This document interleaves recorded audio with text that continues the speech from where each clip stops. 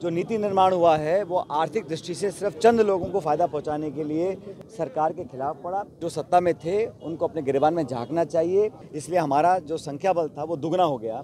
लेकिन जो परिणाम आए हैं वो मुझे लगता है कि सरकार के विरोध में है। धर्म के नाम पर जो राजनीति हो रही है उसको पसंद नहीं करते। कांग्रेस पार्टी जनता के साथ खड़ी है।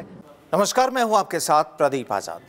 देश में लोकसभा के नतीजों के बाद जिस तरह से कांग्रेस और इंडी गठबंधन ने अपने तेवर दिखाए हैं और जिस तरह से लोकसभा सीटों पर कब्जा जमाया है, अब उसके बाद कांग्रेस नेता भी खुलकर सामने आने लगे हैं।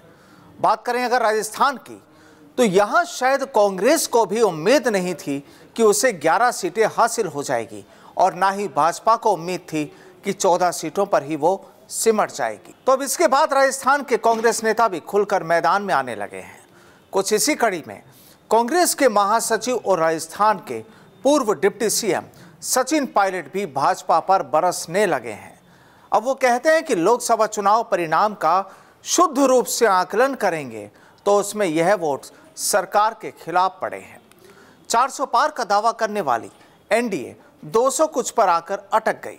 किसी भी दल को स्पष्ट बहुमत नहीं मिला है और ये परिणाम सरकार के विरोध में आए हैं।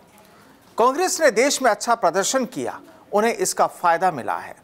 पायलट कहते हैं कि सबसे बड़ा देश में जो चिंता का विषय है वो है अप्रत्यक्ष बेरोजगारी और दूसरा खाई बड़ी अमीर गरीब की, यानी जो अमीर गरीब के बीच में, तबके के बीच में जो गैप हुआ है उसमें नीति निर्माण हुआ है।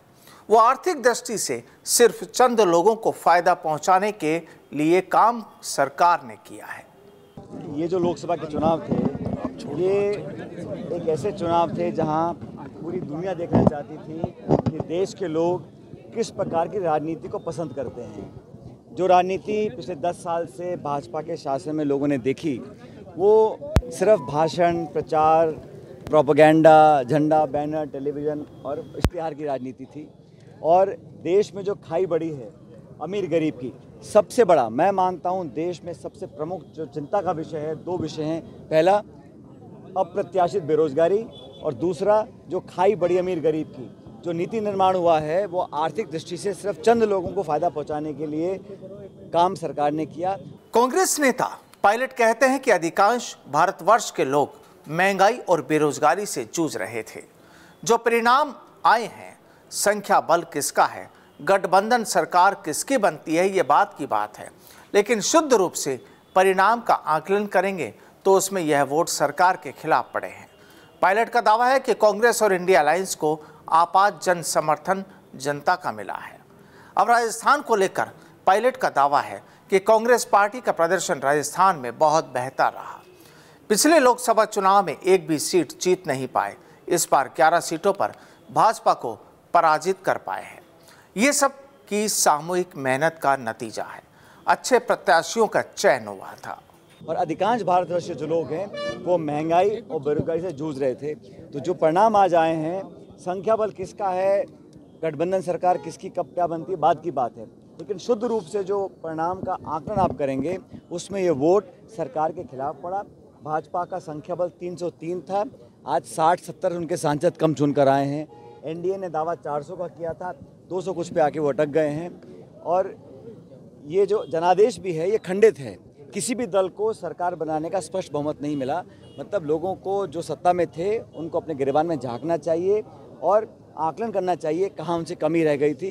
कांग्रेस को और इंडिया अलायंस को आपार जन समर्थन जनता का मिला है। कांग्रेस पार्टी का प्रदर्शन राजस्थान में बहुत बेहतर रहा। पिछले लोकसभा चुनाव में हम एक भी सीट जीत नहीं पाए थे। इस बार हम लोग 11 सीटों पर भाजपा को हम लोग पराजित कर पाए हैं। ये हम सबकी सामूहिक मेहनत का परिणाम है। अच्छा प्रत्याशियों का चयन हुआ। कुल मिलाकर अब इस पूरे माहौल को देखने के बाद ये माना जा सकता है कि राजस्थान में अब कांग्रेस भाजपा पर हमलावर रहेगी। पहले 0 और अब 1 और 1 यानी 11 सीटों के बल पर कांग्रेस, या फिर यूं कहें कि सचिन पायलट भाजपा पर हमलावर रहेंगे। आरोप प्रत्यारोप का दौर चलता रहेगा और होती रहेगी सियासत और जनता रहेगी तमाशबीन।